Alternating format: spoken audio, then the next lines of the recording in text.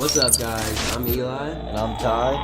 And this is Illuminate the Void. This is the first episode of our new podcast. We are super happy you decided to join us today.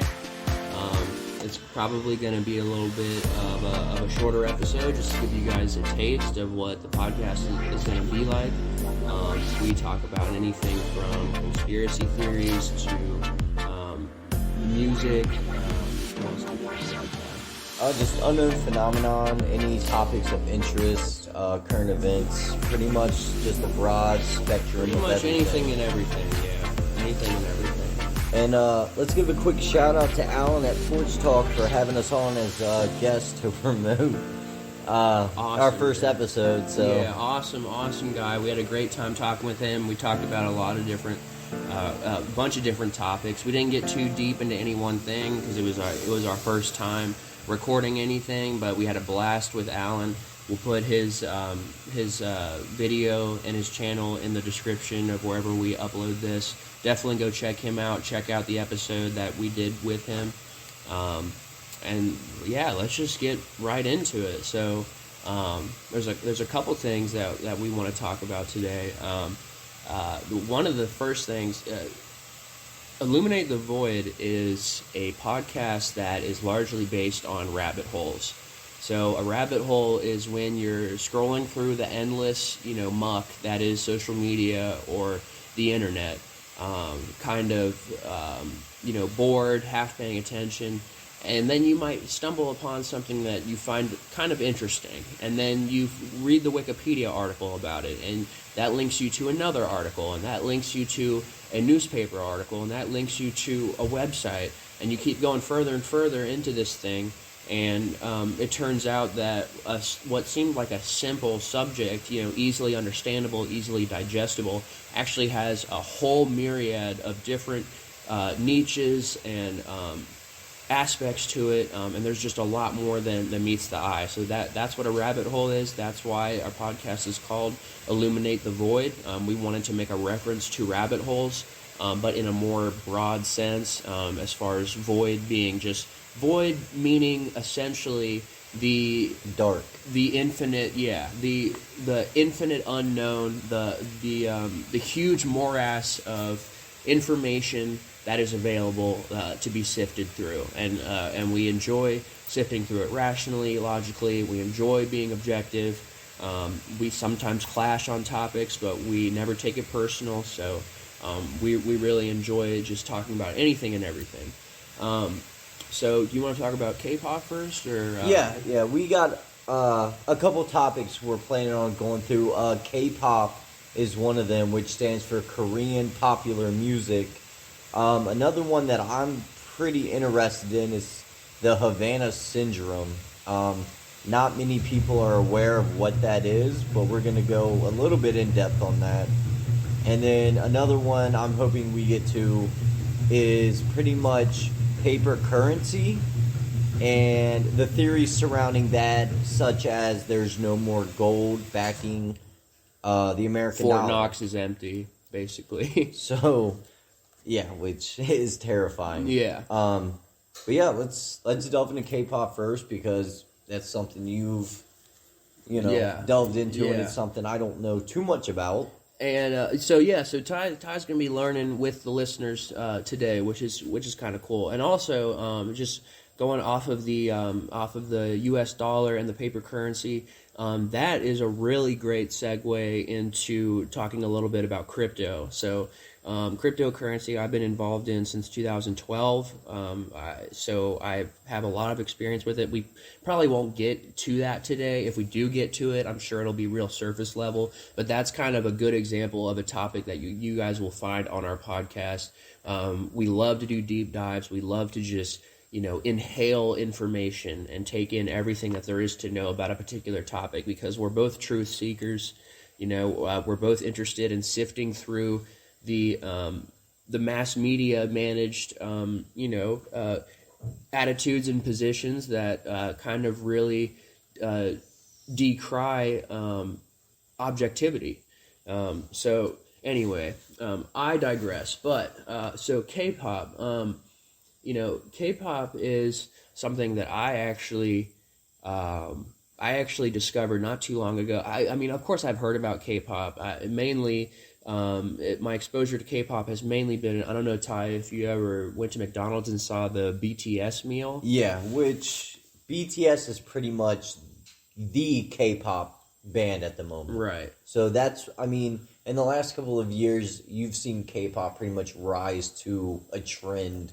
Especially in Western culture. Yeah, in Western culture. And you know, like a lot of you probably out there, I'm more curious about more in depth what's behind it. You know, what are the similarities between that and our music industry? Which, you know, I brought up a couple bullet points that hopefully we can get to talk about. But yeah, Eli, so give us the rundown. Yeah, no, so, you know, K-pop, it kind of got popular in the 90s. If you got, I mean, I'm sure everyone on Earth has heard that song, Gangnam or Gangnam Style by Psy, the artist. It's spelled Psy. I'm pretty sure that music video actually has over, I want to say, 1 billion views. Yes. I'm sure it's close to 2 billion. Yeah, I'm sure you've heard it, Ty. It's obnoxious. It's like most viral content. It's, you know, there's nothing repetitive, substantive about it. But anyway, that was kind of like the first big crossover into Western culture. It really took everything by storm. Kind of similar to, you remember Old Town Road? Yep. Lil Nas X. I mean, that debuted and it, you know, it was quiet for a little bit, and then for whatever reason, it basically it put it on the map. Yeah, exactly. It was similar insofar as it started to dominate the charts in a really big way. You know, and this stuff, Gangnam Style or Old Town Road, things like that. You know, these things are not. I mean, they are not small movements. They make huge waves in culture, and they're permanently ingrained. They become permanently ingrained in our culture.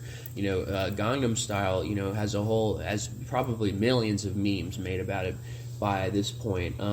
And by the way, actually, Ty, do you know what Gangnam means?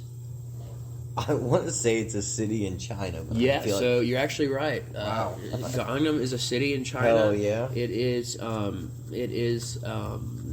lauded for its real upscale, luxurious shopping, tourism, and residential areas. So it's one of the real nicer places to visit in China. And I want you to Google Gangnam real quick. I want to make sure it's in China because I want to say that it might actually be in Japan, and I really want to make sure we don't don't get that wrong.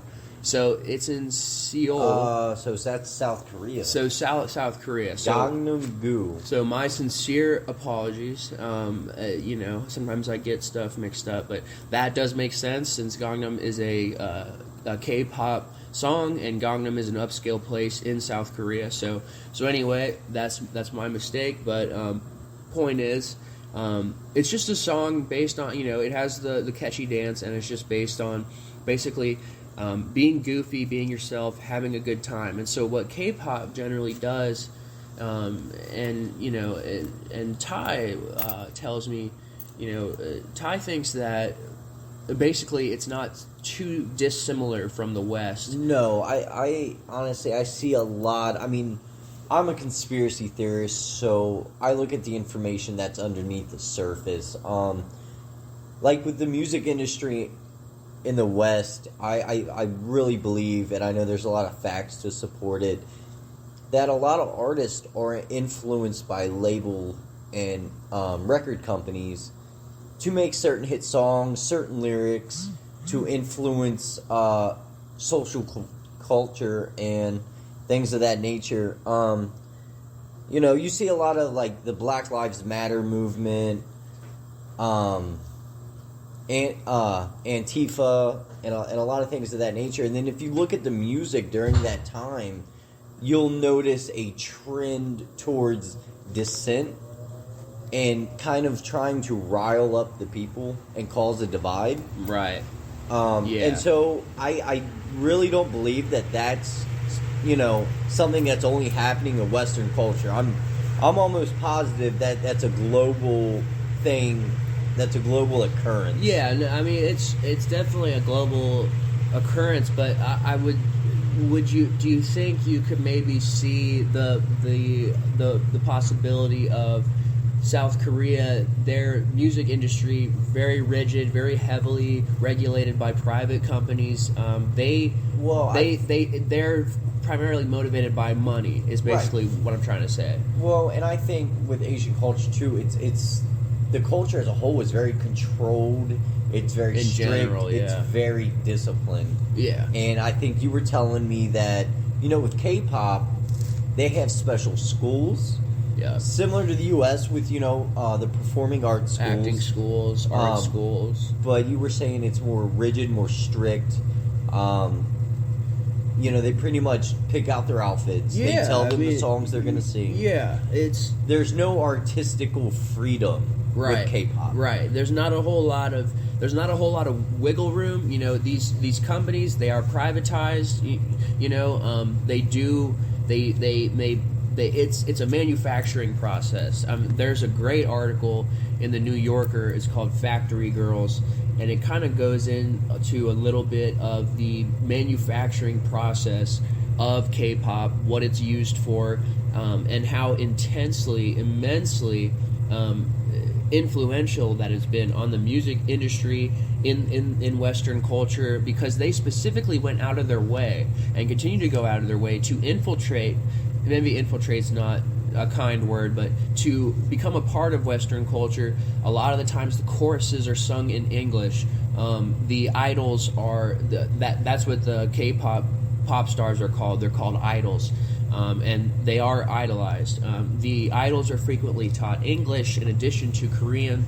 I actually read that one of the most prized types of people that these companies like Big Hit Entertainment, who produced BTS, one of their most prized types of people is a Korean American who is born and maybe raised in the United States but can emigrate to Korea, South Korea. So they like, for lack of a better description, they like Korean Americans who look more Americanized. And the evidence to support that, there's a ton, but one of the biggest things that really struck me, and I don't quite remember what it was called, but again, it was in that New Yorker article. One of the bigger rewards that people give the idols that or parents might reward their children with is like a double eyelid surgery, I believe it's called, and that literally it literally makes the eyes more Americanized. It makes the eyes less narrow. Wow. And they use that as a reward, as a incentive. I mean, it is absolutely crazy, man. That is crazy. And as far as the similarities with Western culture, and I'm just going to say it because it's well known, it's out there, it's not a hidden fact that there's a lot of satanic symbolism in today's music. And that's also found in K-pop. And I'm not sure if that's just a cross cultural thing, if they've taken their influence from Western culture, or if Western culture has taken their influence from them. But you can see it with Jay-Z, with Beyonce. You see it now with K-pop stars as BTS doing the all-seeing eye, inverted crosses, Baphomet, things of that nature, which raises a question as to why is that there? That is my question. Yeah, so it's not taboo anymore. Right. It's not like back in the 60s where the satanic panic was around and bands used that to garner more attention because it was, ooh, look at this. It's socially acceptable, so why is it still continuing? Yeah, I mean, it makes me think that there's something else there. Right. And and there's a lot of things that are really interesting to dive into. We're gonna pause here for just 1 second. apologies, guys. We had to pause the recording for just 1 second. Bear with us. It is our first podcast that we've made. But to get back to what we were talking about, the Satanism that is so prevalent in Western culture and has also infiltrated Korean culture. I think it's there's two different ways to look at. There's two different perspectives. You got the Western perspective on it, and then the Korean perspective on it. And just to really distill it down to an easily digestible idea, for the purposes of time and for understanding. I think this is my opinion, and there could be a lot more to it. This is what my rational mind tends to go to by default, and I know Ty, he has some different ideas, or maybe not some different ideas, but he has... I see it at a different angle. Right, yeah. Because my thing is, we've already established that K-pop is a very controlled genre of music. As is Western pop stars, yeah. Asian culture is very... structured, and it's very disciplined. So if they're being told what to sing, they're being told how to dress, how to sing it, they're being told how to act in public, how to post on social media. So my thing is, why are they promoting Satanism? Yeah. And it's also done in the Western culture. You see it a lot. You see it with Kanye West, Jay-Z, Eminem, all top stars. But I listen to a lot of new age rap. I mean, you got Lil Uzi Vert, who said he straight up said he sold his soul and was going to die at the age of 27. You have Marilyn Manson, who talks about that kind of thing a lot. You had Juice WRLD, who died at age 21. He talked about that kind of thing a lot. He actually predicted his own suicide, or not his own suicide, his own death from an overdose. And before we go completely in depth in this, I am not saying that these stars are worshiping Satan. My thing is, I believe there's an agenda being pushed. And I think it's obvious at this point because it's crossing over cultures. And my question is, what agenda are they pushing? They're not inducing panic anymore. Satanism is more accepted now than it was back, say, in the 60s and the 70s. Right. So it's not that attention-grabbing, oh my God, like rebellious type of behavior. I feel like there has to be something else to it. Like BTS, for example. Yeah. The biggest K-pop band right now. There's an online theory, and so don't take this for what it's worth, because it's just a theory going around online. Right, yeah. BTS is supposed to stand for Bangtan Boys. But that's right. Bangtan Boys, maybe? Yeah, it is. It is pretty fucking goofy, I think it man. It is Bangtan Boys. Well, I mean, it's no fucking wonder that they go by BTS, because Bangtan Boys sounds stupid as fuck. So anyway, what Ty was struggling to say was that BTS could stand for bow to Satan, which to me strikes... Oh man, this is great.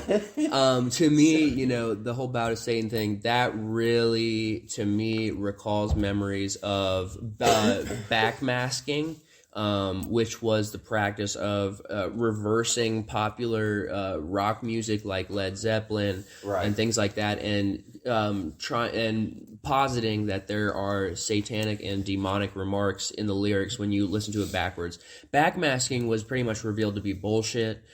It was never a thing. It was a thing one time, but the only reason it became a thing and was done, purposely, was because of the urban myth surrounding backmasking in the first place. So the myth created the actual reality, not the other way around. But now, here's an interesting fact, okay?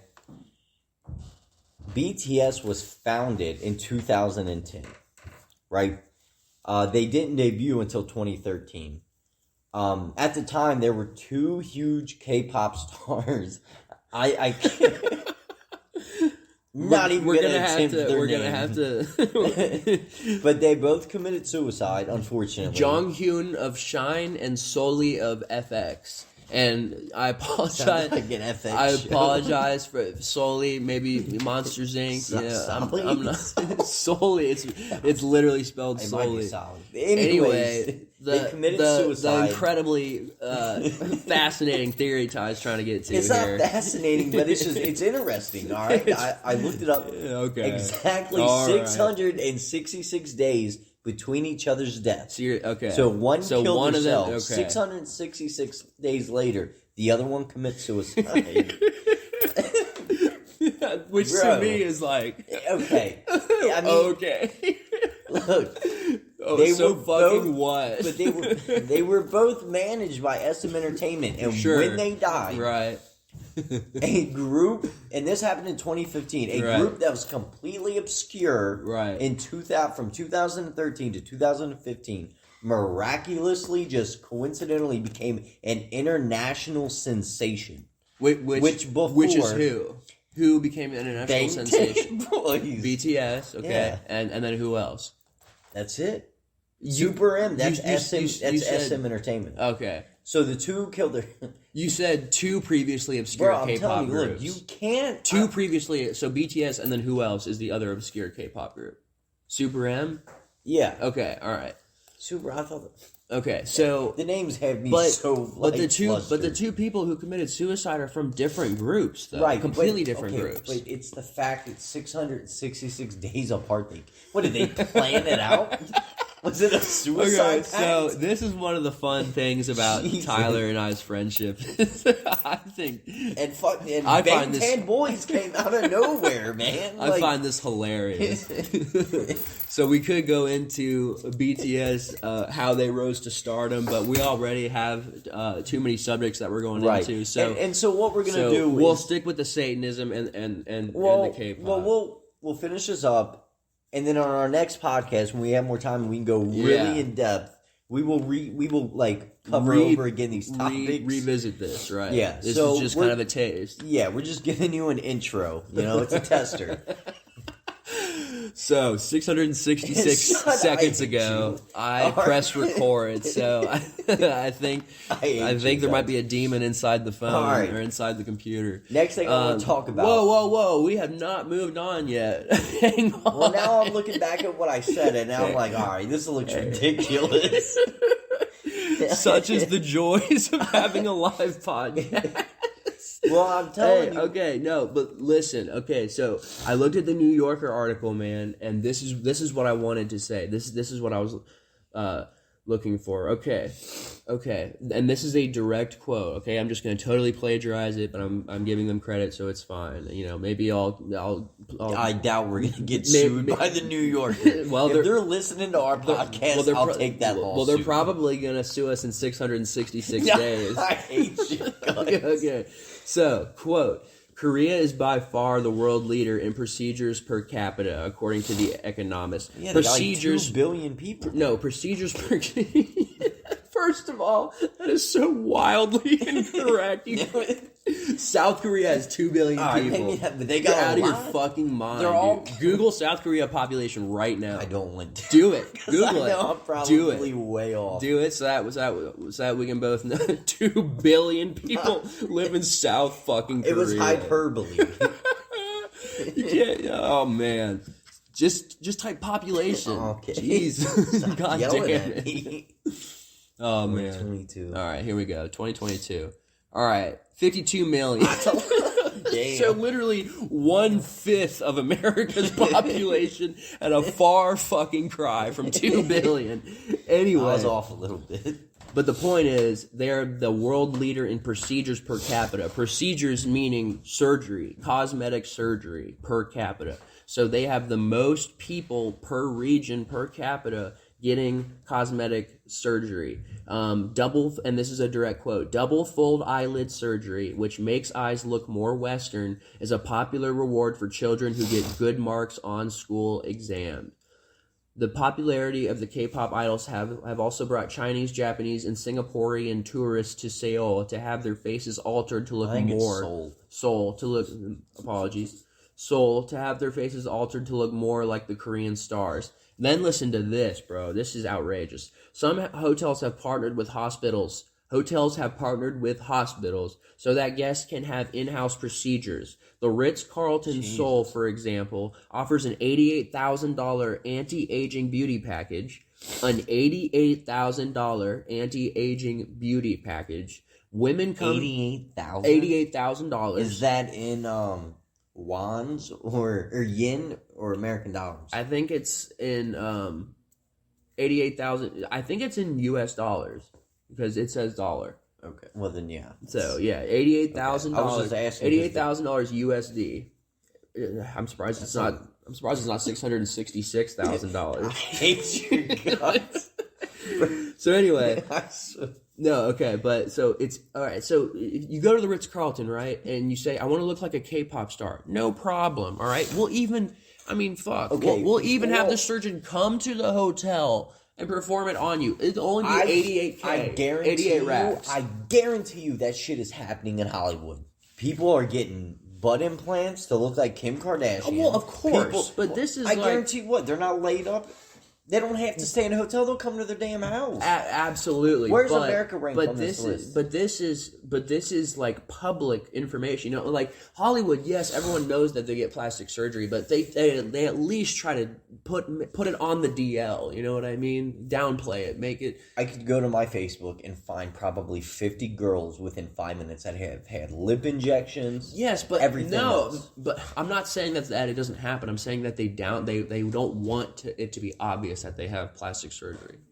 I don't know if that's the case anymore. People are more open about it. Right, which is probably why you can go to the Ritz-Carlton. Acceptable. But listen to this, bro. Women come to have their cheekbones shaved down and undergo double jaw surgery in which the upper and lower jawbones are cracked apart and repositioned to give the whole skull a more tapered look.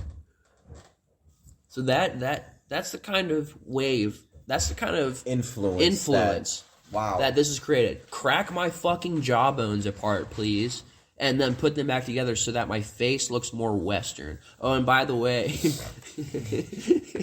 I want you to engorge my eyes. That blows my mind. Make them wider so I can look less like my actual heritage. And like, I mean, holy shit. Yeah, I don't. I couldn't have even imagined that. Yeah. Show me a picture. Actually, I don't even want to see a picture. Yeah. I feel like that, just because I feel like the way Asian women's faces are shaped, yeah, I just feel like it would look really bizarre. No, but I mean, dude, I have noticed, because I ended up watching a lot of music videos, which is a good segue into my next point.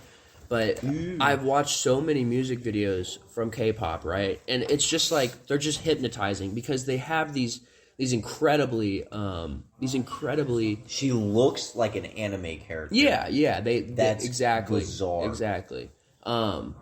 And they want to look like that, and that's how the K-pop idols look. They look like that. The companies pick out people who look like that specifically. Well, yeah, because there's that whole anime fandom that gets. I'm just gonna say it gets really fucking weird. And Asian culture is heavily linked with anime, and being the largest producer, manga and manga. Is it really? It's manga. Oh, okay. Manga, stuff like that. Like Junji Ito, if you've heard of him. Oh, yeah, of course. Yeah. So, no. You piece of shit. I couldn't even repeat that name if I tried. I probably butchered it anyway. Anyway, Junji Ito makes horrific fucking graphic novels. But anyway, that's way off that whole topic. fandom is strange. It's bizarre. Stay away from it. Anyway, it's our fair warning. So they control these stars, right? They control, and by the way, they go as far as to write their social media posts for them. Right. They have zero control. Tell them who to date. The Which idols, I think that happens in Hollywood. They are not allowed to have sex or be seen or heard cursing or be thought to have smoked marijuana. Yeah, basically, any of that will tank their career instantly. They're forcing them to give off the vibe of perfection, which, of course, we all know is impossible. And also infantilized. I butchered that word, but young skewing perfection, very young people, innocent, Right. And it's kind of creepy because they package it in such a way as to appeal to people who are older. Right, and they incorporate Satanism, and we're taking a quick break, and we'll be right back. All right, so we are back. We forget what we were talking about, so we're just gonna keep on. Hell of a first podcast. We're just gonna keep on trucking. So these K-pop stars, right? Well, hold on. I just want to say, too. I just want to say for the 6 people that are going to listen to this, the 4 that our podcast, we are a serious podcast, but we do. All right. I mean, pretty much we're delving into fucking conspiracies, and we're just kind of bullshitting through it as well. We're just trying to get used to the vibe of doing a podcast, man. Yeah, pretty much, because we're just trying to reflect how our conversations go. Exactly. So I hope you guys are entertained, and I hope you guys can take some information from this, or at least giggle at Ty's obsession with 666 and Bang Dan Boys. But if not, that's okay. But yeah, we're gonna delve back in. Are we still on K-pop? Yeah. So we're not gonna get to the other 2 topics at all. Okay. Fuck no. All right, K-pop it is. All right. So Okay, right. So here's another thing that I wanted to talk about.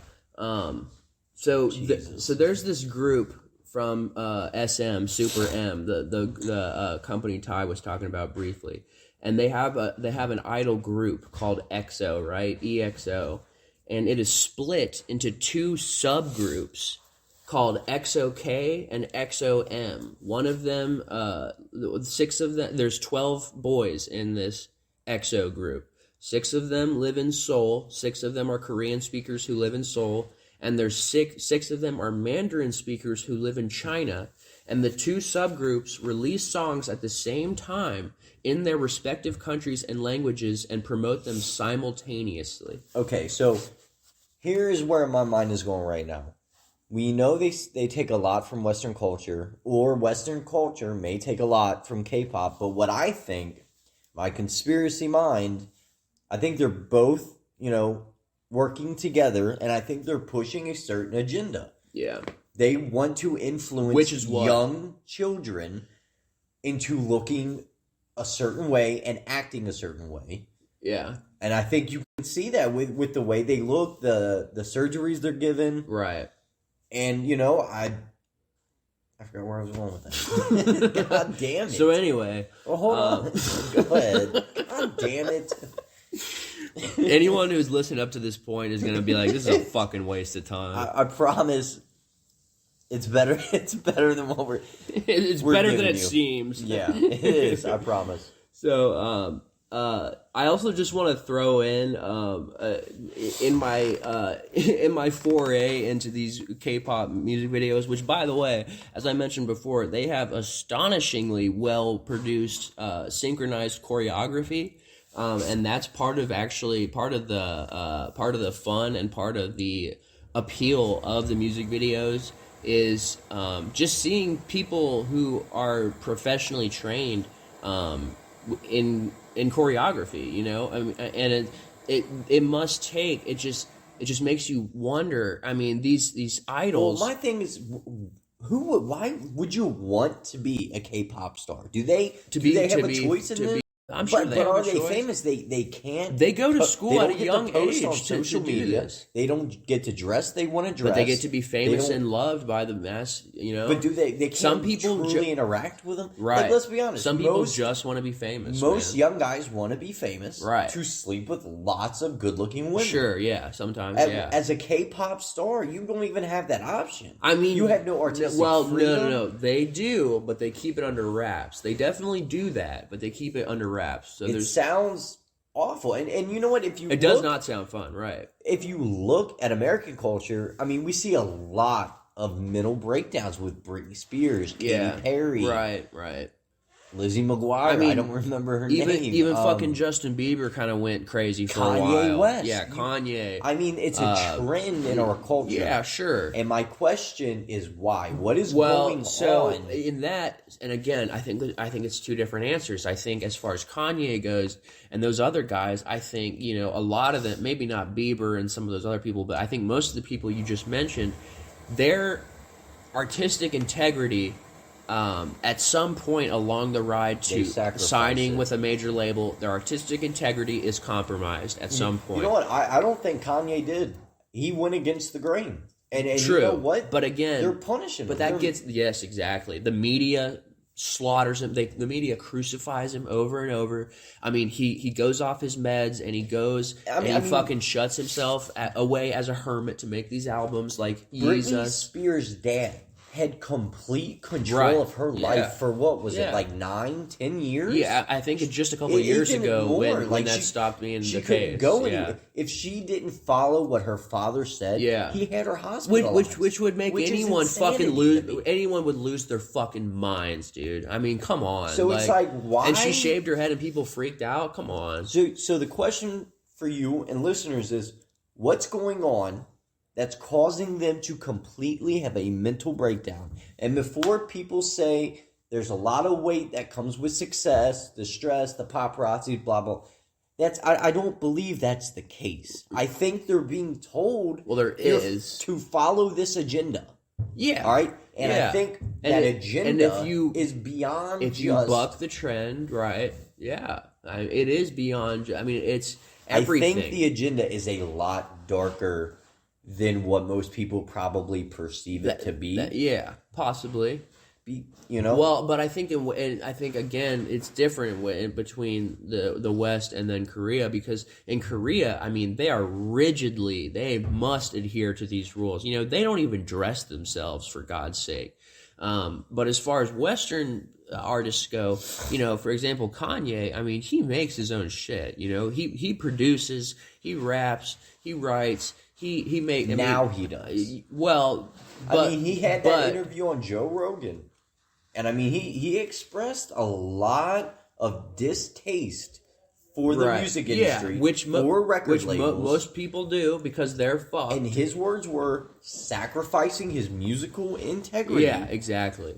For what the record label wanted him to make. Yeah, it was no longer, Kanye, you know, write your song down, get your emotions out, do whatever. It was no, Kanye, here's your lyrics. Yeah. This is what you're gonna rap. This is how you're gonna act. Yeah, and we're gonna bring in this in-house producer to make it sound how we want, and you might not even know what it sounds like. And to all the rap fans out there, look, I'm sorry, but at this point in time, I don't think any rappers left write their own lyrics. Oh, that's gonna be a no from me, dog. Underground raps. That's gonna be a no from me, bro. But mainstream rappers, I would say I'm 60%, 70%. I'm 666% sure that is not the case. Really, I promise you. I mean, why does it just stop at a certain point?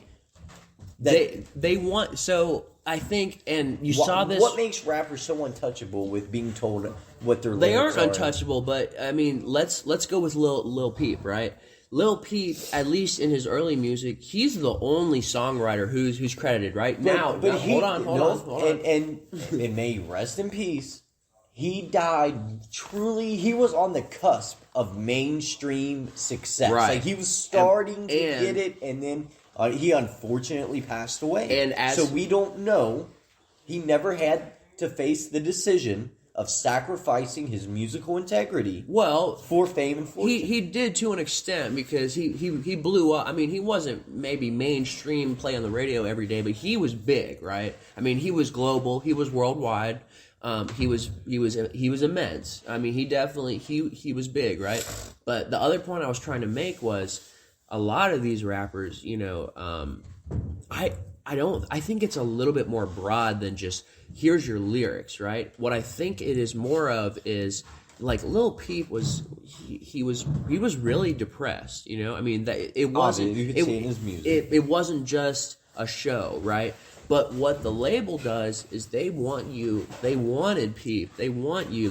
artist to keep making that same music in that same tone, and because they know that's what sells, right? So at the time, that's what sold. So my ultimate point is they kept Peep probably hooked up with drugs, right? And they did it with Juice, you know. And who's to say that's not what's going on in K-pop either? And even right, exactly. Because I think at some point, I mean, dude, did I tell you about Lil Xan's manager? He's in recovery, and he used to get pills dropped off so that Xan could perform at concerts because he was withdrawing. Shit, Red Hot Chili Peppers, before they even hit like mainstream, their manager was giving them $5,000 a week in dope and heroin. Yeah, I mean, you got fucking Motley Crue, you know, you got Sid and Nancy, I mean... And Miley Cyrus, she kind of spoke out about the drug culture, too, is that they give you this antidepressant, they give you this upper, and then for that upper they're going to give you this downer to kind of help even you out. They pretty much dope you up and then parade you out there and tell you what you're going to say, how you're going to dress, how you're going to act, who you're going to date. I think it would fuck with anybody. So if you're following a celebrity relationship, you feel inauthentic. Yeah, it's ingenuine. Fake. There's no genuine... What's the word? Genuinity? No. Yeah, I mean, there's no truth. There's no authenticity. You know, it's a facade. You are literally living a lie, and that must feel so hollow for everything to be a lie, right? And we can see the similarities in K-pop. Yeah, exactly. But I mean, really, even more so over there because, but again, the idols, but they're.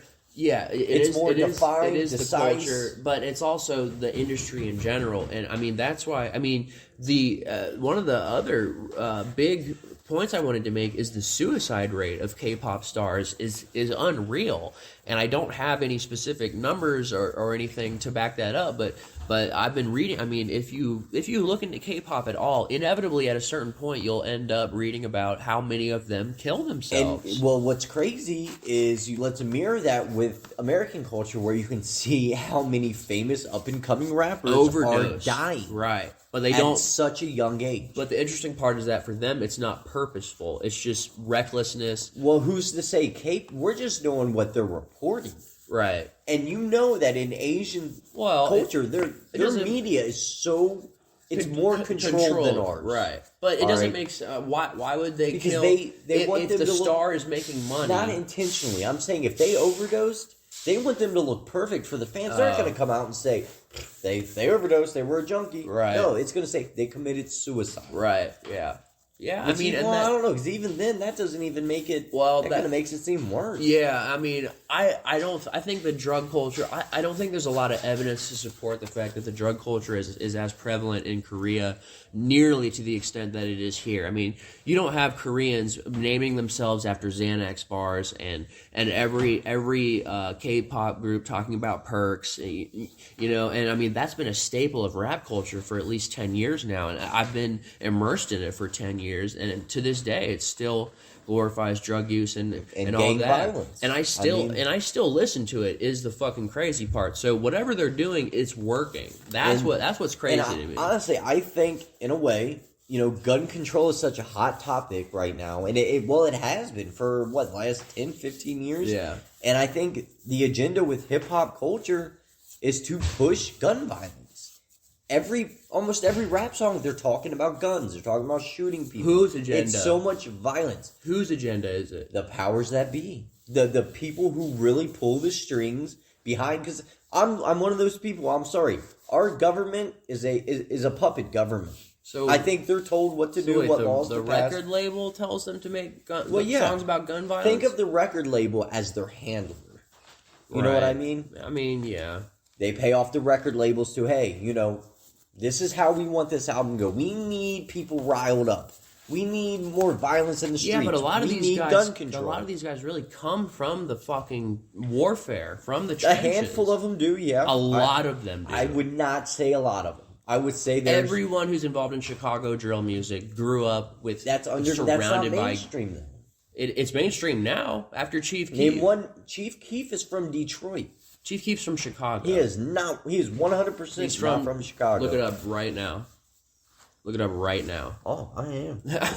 He is not. He's from Chicago. I am positive. Look, what Ukraine? Oh Jesus. Chief Keef origins. I don't. Chicago, Illinois. Yeah.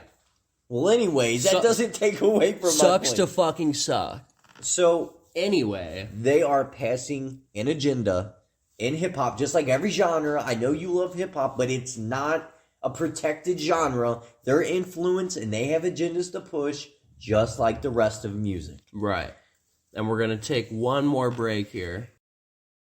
From the break, and I just want to remind our listeners that Chief Keef was in fact born in Chicago, Illinois, and was not born from Detroit. Well, I think he lived was not in born in Detroit. Detroit, like Ty erroneously reported to our listeners, and that's my sincerest apologies His for mom that was 15 when he was born. inaccuracy. She certainly was. That is crazy. He was also his dad was known as Big Keef. yeah, he was also a murder suspect when he Carter. was 16 years old. So Chief Keef is my age. By the way, he is 26, and he grew up. I mean, he was really about that life when he was 16 years old. Man, he already had like 2 kids. But anyway, so we've covered a lot. We covered about 666 different things today. And Chief Keef was born in Chicago. But the point is that for our first episode, we wanted to remain, relaxed and just laid back, and give you guys a chance to kind of get to know us and see our personalities and stuff like that. We goofed around a lot this episode, but I promise you, going forward, there will be more episodes we will like continue this, to goof around, but there's going to be more structured and serious episodes in the future. Yeah, we're really gonna get our shit together. And, we're still trying to figuring out the whole technical side of podcasts. Yeah, so I apologize for all the breaks. We are boomers and don't know how to work any technology. No. Ty, especially at age 30, is especially decrepit and is incapable of working any technology. But even me, I have a lot of trouble with it. But thank you guys. So it'll for listening. It'll get better and hanging in there. And it'd be awesome for people to stick around and watch us grow. We're still trying to figure this out. Really, as to what direction we're really going to take this, but it's something we enjoy. We love conversating, delving into topics, arguing with each other, and laughing. So I want us both to say what our favorite part about this first episode was, and where we think we can grow the most. My favorite part of this episode was that I came in completely unprepared to announce the Asian names, and I butchered them. Looking back, I don't think it was Bangtan Boys. So where we can grow is probably being able to figure out the pronunciation before we go on the air. I need to definitely work on how to pronounce the name. So I hope I didn't offend anybody by that. So my favorite part was proving that Chief Keef was indeed born in Chicago, Illinois, and not in Detroit. That was my favorite part by far. Where I think we can grow, I had something really, really cool and profound thought up in my head, and now it's completely out the window. You know what? I know what it is. Where I think we can grow is Ty and I think, with the experience I've had listening to other podcasts and our experience in this so far, I think we have a real big tendency to jump around a lot, and sometimes we have trouble staying on topic and really getting through a conversation and getting through a conversation to its natural conclusion. And there's a really good reason for that, and I think the reason is we're both so enthusiastic, we're both so passionate about figuring stuff out, talking stuff through, coming to conclusions, using objectivity. We're both so invested in that when you have that energy, that interest, it's easy to jump around and kind of lose yourself a little bit in that, because we talk about one thing and then 2 minutes in, another thing's brought up, like Satanism in the music industry. Which is very prevalent. When we were talking about K-pop, which is fine. We're still getting used to it, and I think it kind of gave the whoever's listening to this right now kind of a little bit of a taste of what the podcast is going to be like going forward. But I do think that where we can grow for sure is maybe staying a little bit more on topic, finishing one subject before moving to another one, because I think that's more cohesive. I think that's more appealing to listen to. And so going forward, I promise that we will be working on that. This was kind of just a not necessarily spur of the moment. We had some notes and we had a couple things. We had some stuff prepared, but we definitely wanted to get an episode out today. Yeah. But yeah, going forward, it's gonna be a little bit more cohesive, a better flow, more serious. Except when Ty gets birthplaces wrong of famous rappers, then it will be. But we're definitely gonna have some laid back moments, because you know what, we're doing this to have fun, and I had a lot of fun doing this. Yeah. And I hope you guys were able to take something from it. I was completely miserable doing this, so I'm probably gonna quit. But I appreciate you guys listening, and we're gonna head out for the night. Where are we going? Ty. Where are we going? I'm going home into bed. It is time for bed. It's 8:58, so it is about that time. I hope you guys, if you were born in Chicago, I hope you're listening to this. If it's 666 o'clock tomorrow, I hope you guys are listening to this then too. Appreciate you guys. I'm exhausted. Thanks for listening to our stupid podcast. Have a good night.